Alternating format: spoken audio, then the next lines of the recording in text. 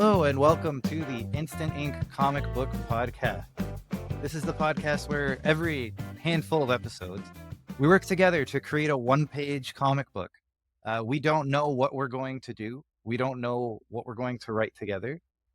We just met our guests right now, so this is all a mystery. We're going to put this together live in front of you, and we'll see if we get another good piece of art. We have a pretty good track record so far, so I think we'll do pretty well. So I'm Adriano from Pesto Comics. You can find me at Pesto Comics on almost everything online and pestocomics.com. I write comics you may have seen out there. And yeah, you can find it all online. I'm a writer. We have an artist here. His name's Roberto. If you'd like to introduce yourself. Hi, my name is Roberto. I'm the creator of Voyager, founder of Green Iceberg Press. And you can find me on robertoviacavaillustration.com. And you can spread out from there. Right on. And today we have our wonderful guest.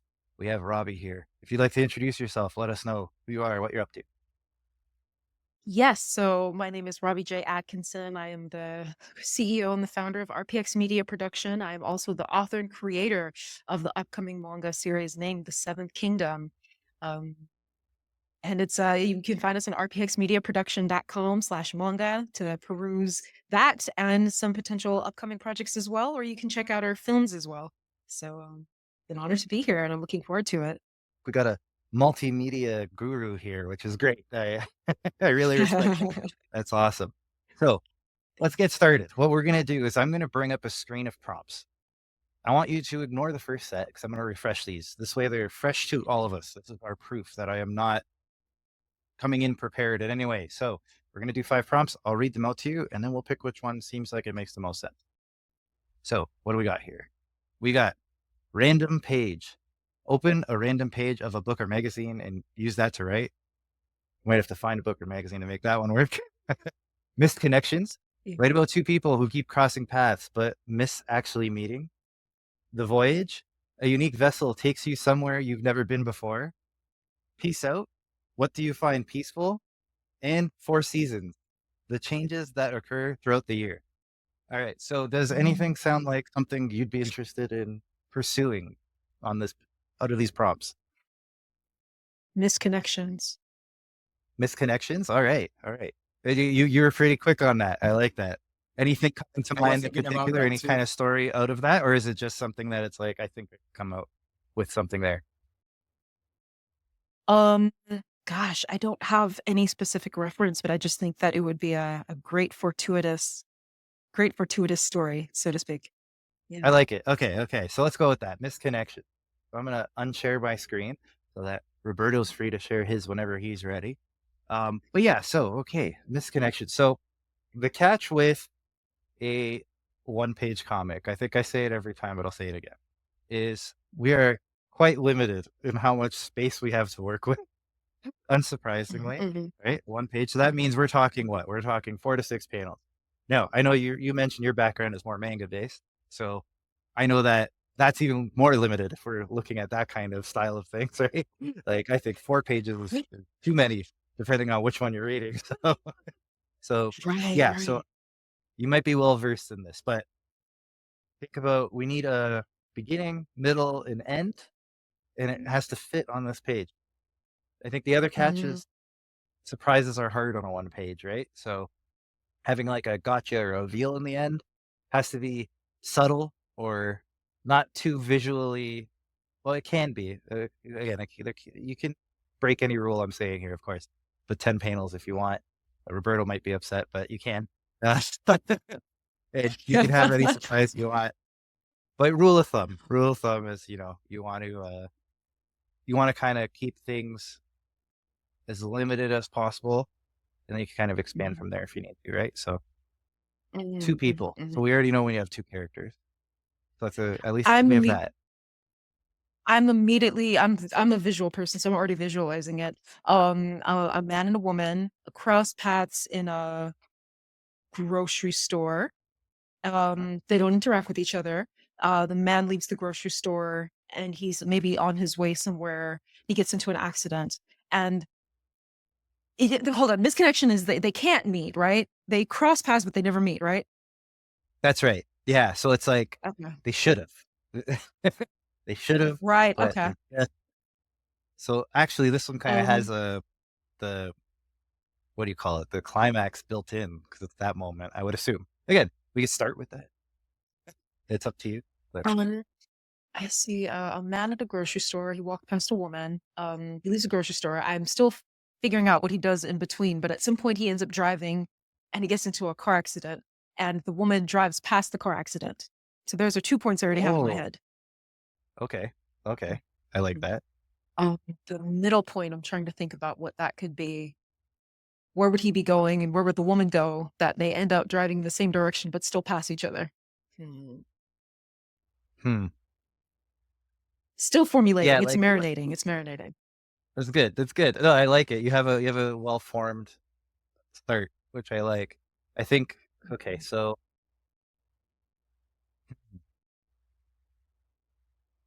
so they're in this grocery store. But why I think the thing we're missing, the thing that might unlock that middle piece is like why would they?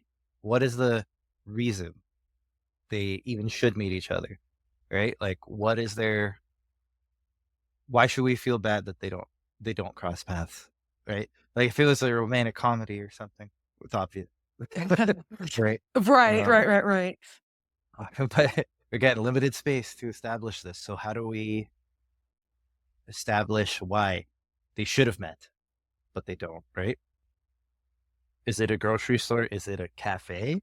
Is it a date that they were supposed to go on and one person was late and then leaves and and then they get in that accident as the other one arrives? Um, that might be corny, but that's the fun of brainstorming. Um, hmm. The date's like a date feels like a cop out, right? It's like I almost strangers want to or center I almost want to center it around like someone recently lost someone. And so in a way, the woman reminds the man of someone or vice versa. Do you see what I'm saying? So that gives you that Mhm. sense of longing. That is, you see what I'm saying? Yeah, yeah. So they see each other. Yes. Yeah, okay. They see each other, and maybe who do you think it should be? Maybe the woman looks at the man and feels that he reminds her of maybe someone she knows who died, like he's like kind of a look-alike. So that would probably be like a quick flashback, or I don't know. How would we do that? Yeah, yeah, the flashback works. Or okay, here's a thought, just to take it off the rails a little bit. Yeah. Maybe so I'm stuck with that car accident idea. What if that person I'm thinking out loud and now I'm just I'm losing it. Yeah, yeah. So No, I that feel that. I feel that. right? Like I'm thinking, what if that person that she thought she saw, what if that person had just died? Like what if they think they're there, right? But they're actually in that car accident outside, right? Ooh, I So like you go that. I like supernatural with that. Yeah. Yeah. Yeah. Yeah.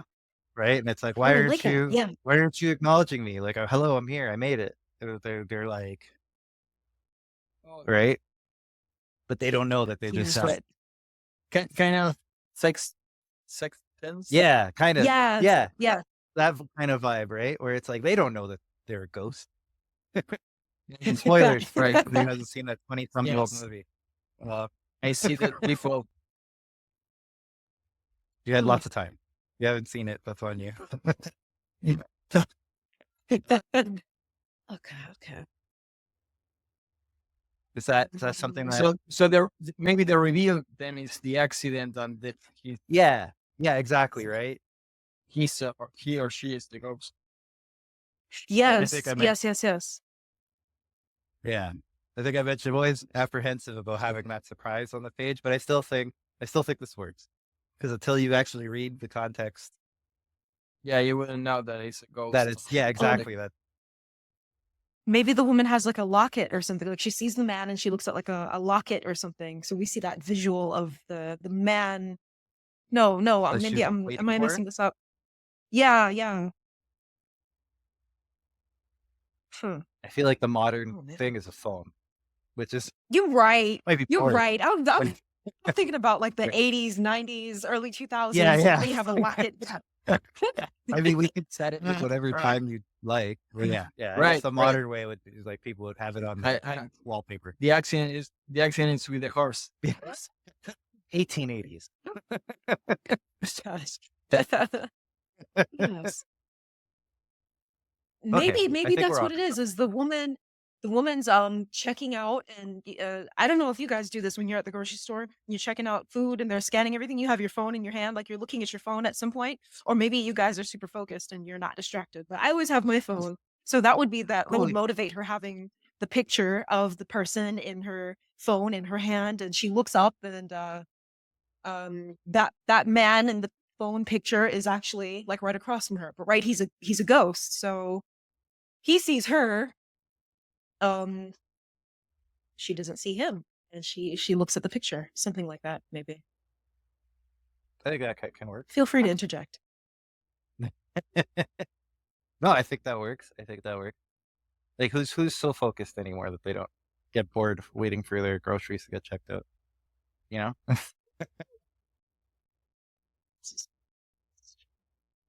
All right, he's doing a nice little rough version of this. I did have to correct someone on Instagram who was surprised by Roberto's lack of detail. I had to mention it's actually a layout. So that is not the final product. Please don't judge it based on the layout sketch. Yeah. But I don't know why he's surprised. Does he know how it? Oh, definitely not. Definitely. That's why you don't read the comments. I do, and that's my problem. But that was my error. But yeah. All right. So while he's sketching this out a little bit and thinking it out, tell us more about yourself. So you shared some news with us. I won't spoil it, but you shared some news with us as we were getting ready to come on. Would you like to share it? I'm sure they'll already know well before this gets out there, but share it like it's new. Let us know. They won't know the excitement you just Yes. felt.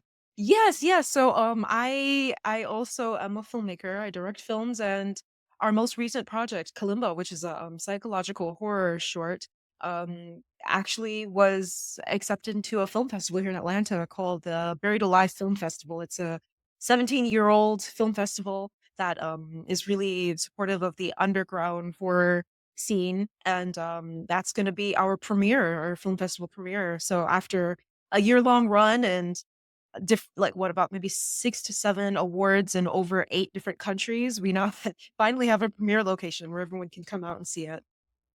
That's amazing. Yeah. So when you say all over the world, it's like super international, or is it around the North America?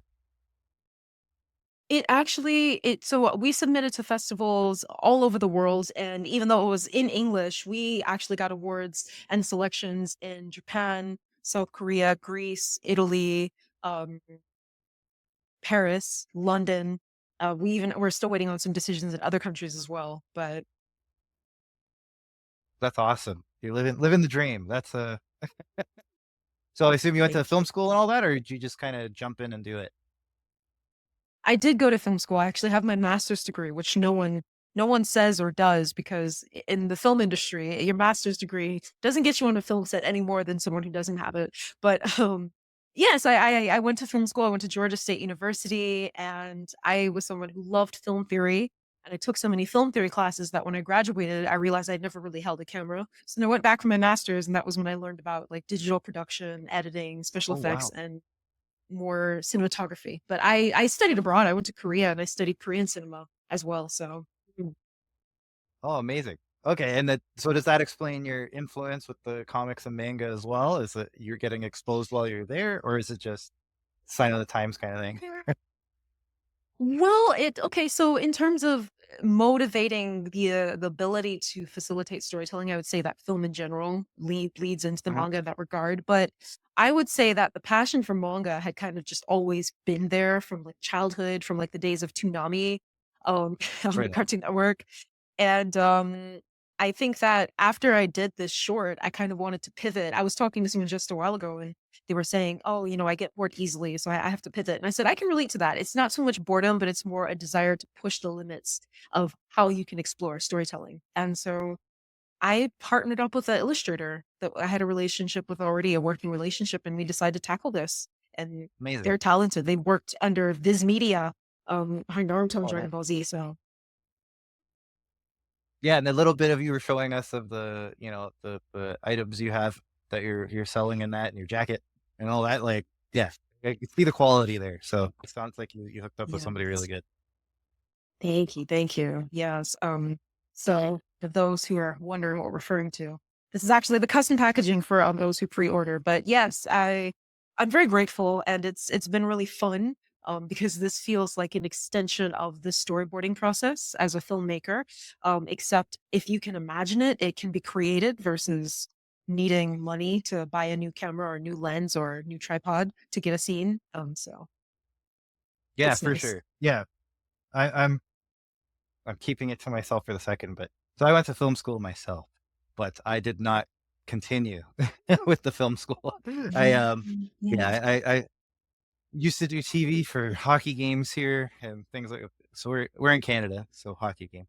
Um so yeah, so that was my experience. It didn't go as fast or as well as I had hoped, and I went and got the real job. Like, say what you will about it, you know. And now so we're doing the comics and stuff on the side, and it's going pretty well. But I'm very happy to hear that it's worked out for you. It sounds like it's going in the right direction. It's going the way you kind of Mm. dreamed that it would go, right? So yeah, I'm really happy for you. Mhm. Sounds great. And it's good that you're Thank actually able you. to kind of expand, right? Like you're not just Mhm. in that one box of I do horror films. And if I can't get funding for this horror film, that I don't know what to do with myself, right?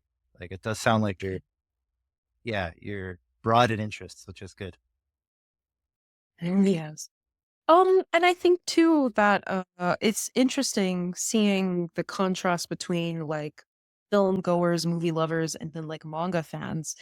Because film goers, even though like I think of like Star Wars, people like Star Wars and they'll go and buy the merchandise, but most people lean into the film. Whereas manga Mhm, fans, that actually lent itself to more creativity, like you mentioned with the shirt, and then even like some of the merchandise that we've made, like the buttons, the stickers, the creating the mhm. tactile experience because they'll enjoy a story and then they'll want a plush doll and they'll want a sticker and they'll want a button and they want to hold the book physically. They want a very, very physical experience in as many ways as possible. And so even I think the process of just like designing the merchandise, designing the clothes was another avenue of creativity that was nice to experiment with. And I never considered myself a clothing designer until I had to do this. So that was interesting. Yeah, it looks pretty slick though. So good start. Thank you. Thank you. Have you done any conventions or anything like that for all these things you're building up yet, or is that in the plans at least? Actually, we have two lined up.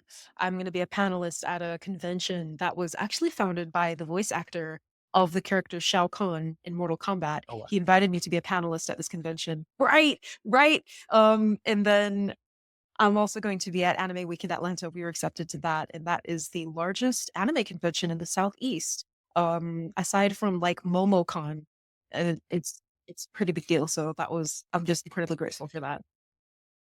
Yeah, that sounds awesome. And I know that whole market is like so like Roberto and I have done cons together and it feels like, the Western style comics are what they are. As that crowd exists and I don't see them growing nearly as much as the manga and anime crowd. And as you mentioned, they're much more broad in their taste, right? Like the buttons and the stickers and the plushies and the crochet and all that stuff where for us it's like either I'm getting the book and I want it in good condition or I'm walking, right? Like so that seems to be it's a Right. very different market, very interesting. But I do think you do, and like I think you're in the right spot. You have to at it with some honesty as well, right? Like you have to actually appreciate that it's not like just a Superman book that you read backwards or something like that, right? Like to try to diminish Mhm. it as someone who may not respect it would, like it's not just that. It's not just black and white comics. It's a different medium, has different expectation, right? Like it's still comics, it's still a version of it, but it's a different thing, Mhm. right? Like you can't just take a Western book and throw it into, a, a, a manga shelf and say, yeah, it's the same idea. Like they're different. They're very different. But yeah, it sounds like you're coming at it from the right angle. Thank you, thank you. I do believe that there's a cultural attitude that I think inherently comes with manga, and I think this is interesting to observe that now that I hear you mention this, because I think back to when I studied film in Korea as well, back before anyone knew who Bong Joon-ho really was, back before, Parasite and all these things came out, there was a unique storytelling voice and a unique kind of culture around film. Like there was a different attitude towards how stories are told, a different presentation, a different affect. That people in Korea, it's like it's normal and they love it. Actually, it's not just normal; they love it. That comes off as odd or different here in America, and I think I see that even in manga, where the level of fandom, like you said, is different. Like in Japan, manga. First off, when I went to Tokyo and I was on the cart and I was on the train, if you were on a train full of 10 people or a box full of 10 people, at least 8 of them were reading manga. And it didn't matter if they were 70 or if they were 17 or if they were 6. They were all reading manga. And it's an industry that's set to increase like exponentially over the next 10 years. So it's a completely, like you said, you can't just throw a Western comic on your manga shelf and say it's the same thing because it's really not. The cultural attitude behind it is completely different. It begs something different as a creator. Yeah, yeah. It sounds like the old days of having the comics on the spinner rack, right? That it's just like it wasn't so much about like I'm a collector, I'm a whatever. It's I don't know. I need something to read while I'm on the train, right? Like it's just you appreciate it as a story. You appreciate it as something Mhm. to pass the time, right? Where here it's been almost like perverted into something else that every comic Mhm. has to have so many variant covers. And I say that having printed many variant covers for my comics and stuff, but it's just what the market demands. But yeah, very Right, different right. mindset. I don't know how you bridge that gap easily. I don't think there is a way really, again, because there's two different expectations as well. But Mhm. hopefully there's some lessons being learned from the Western side of things. Oh, Okay, I want some feedback from you. I don't know if you want me to explain anything or you want to check the drawing and the sketches and see what it take you. Uh, I feel like I need an explanation of that final panel. What am I looking? Oh, that's the card. Okay, I take that back. I'm just so is this telling the story you had in your head well? Mhm. Yes, yes, it is. It is. Um, I feel that the only thing we're missing in between is like I like the woman walking the groceries and the man following behind her. I love the panel where you see the car accident and the guy gets caught in that. Um, I guess I feel like for the audience to connect that the person in this accident is the person who's following her. Does that make sense? Like there's like something. yeah, something to identify him. Like, Yeah, like did this better start gap. with him in the car? Is there a small panel at the beginning? Is that something? Oh, wait. What if he here is he in a uh, so I'll explain what I try to do here. So here here's the girl in the grocery store and he's behind her just trying to call her attention and she's going through the teller and buying groceries and he touches her here in the shoulder and she's angry because he didn't show up, right?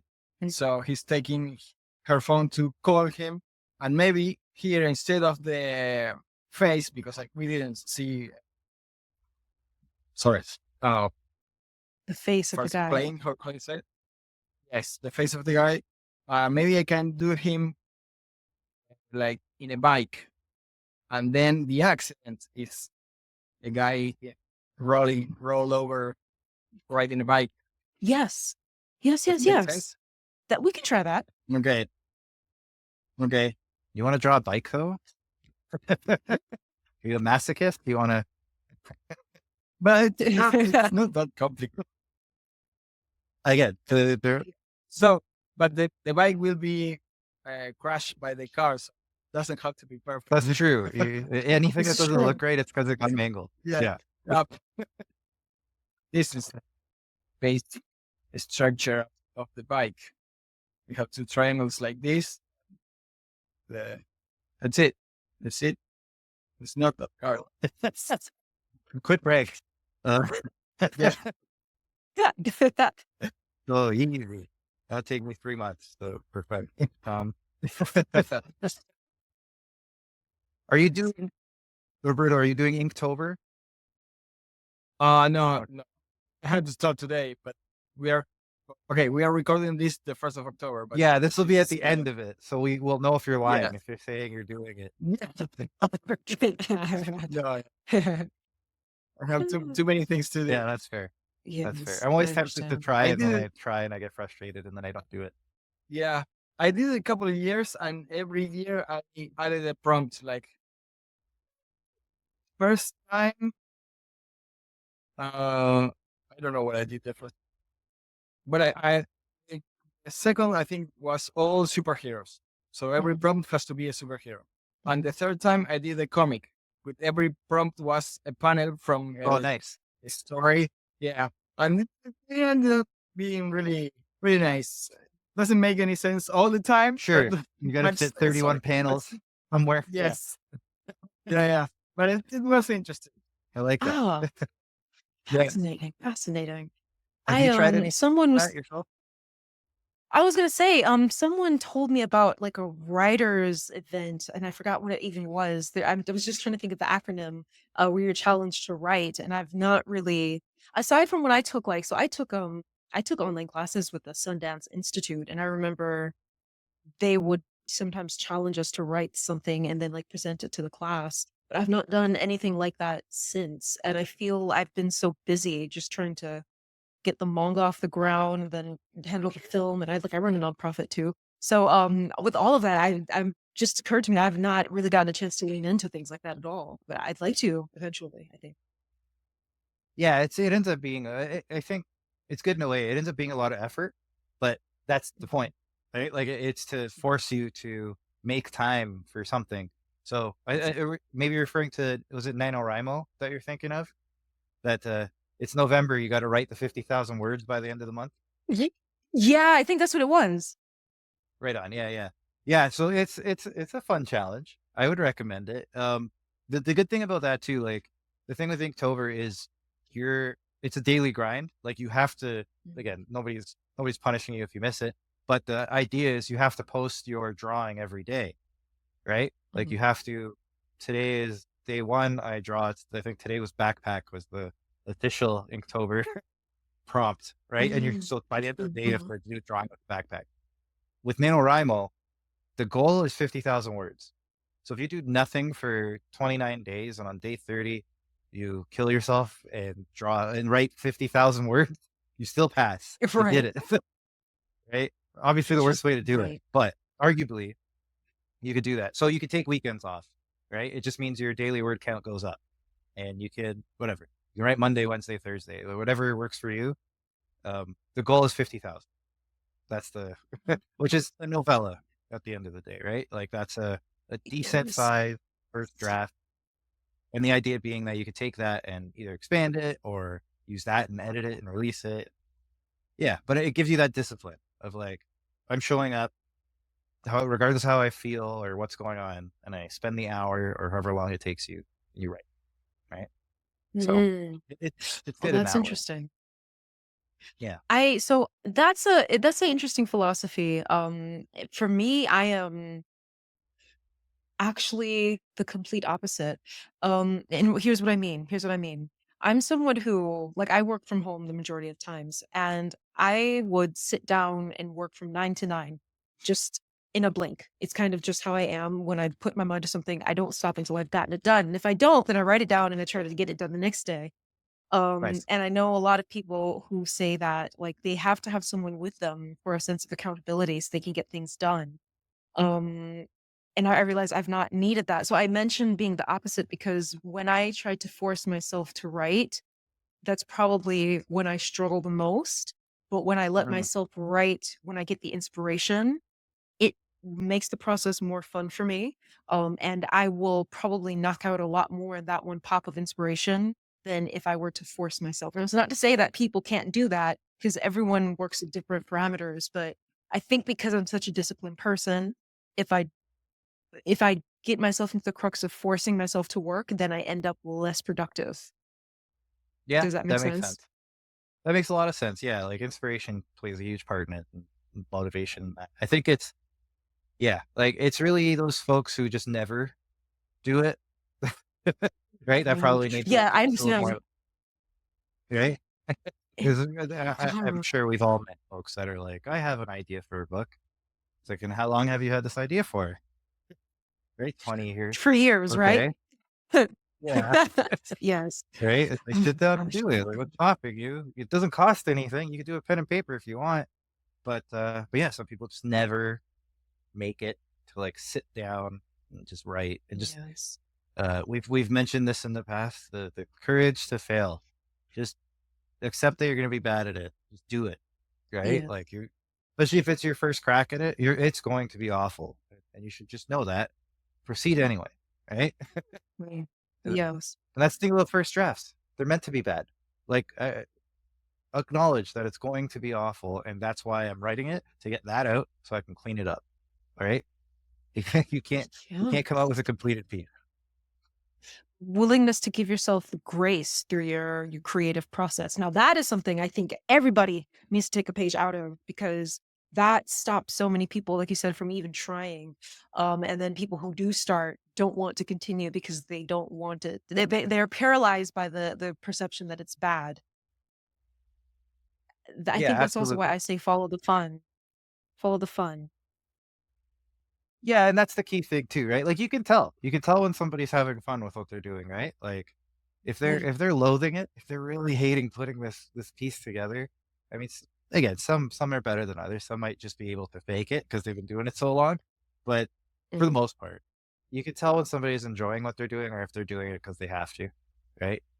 Yes. That said, when you're working on something larger, you would know working in film that, when it takes a couple years to do something, you're not going to come in jazzed every single day to do this work, right? Like sometimes it's just work.